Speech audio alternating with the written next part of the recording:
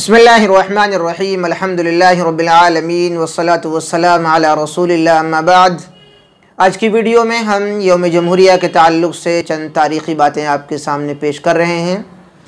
यौम जमहूरिया का दिन हम और आपके सामने है आज, और आज पूरा देश यौम जमहूरिया के जश्न में डूबा हुआ है। इस मौके पर हम और आपको मालूम होना चाहिए कि दस्तूर साज असम्बली ने जो कानून बनाया था वो कानून 26 जनवरी 1950 को हमने अपने ऊपर लागू किया था।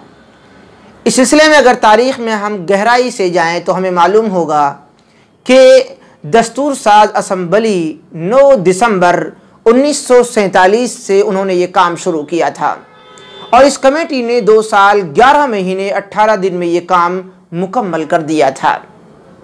इस मुकम्मल करने के बाद में जब ये हाथ से लिखी हुई कानून की 2 कॉपियाँ डॉक्टर राजेंद्र प्रसाद के सामने पेश की गई, और फिर पूरी कमेटी ने उनको चेक कर जब उन पर दस्तखत किए तो वो दिन था 24 जनवरी 1950।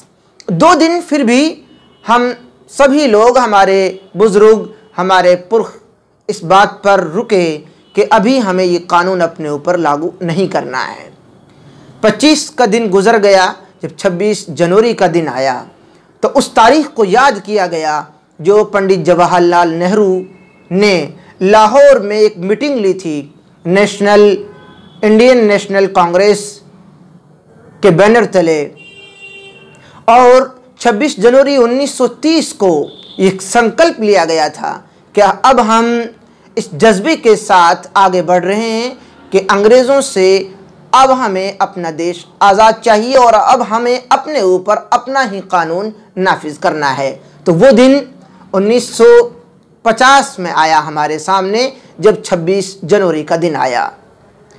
यौम जमहूरिया के ताल्लुक़ से 1-2 बातें और आपके सामने पेश करूँ कि मुल्क में 26 जनवरी 1950 को सुबह 10:18 पर भारत एक जमहूरिया बना, और उसके 6 मिनट बाद 10:24 पर राजेंद्र प्रसाद ने हिंदुस्तान के पहले सदर जमहूरिया के तौर पर हलफ लिया। उस दिन पहली बार सदर डॉक्टर राजेंद्र प्रसाद ने राष्ट्रपति भवन से निकले। उस दिन पहली बार उन्होंने भारत की फौज को सलामी ली थी। पहली बार उनको गार्ड ऑफ ऑनर दिया गया था। यौम जमहूरिया के ताल्लुक़ से यही चंद बातें आज आपके सामने पेश करनी थी। उम्मीद की ये बातें आपको पसंद आई होंगी। जज़ाकुमुल्लाहु खैर।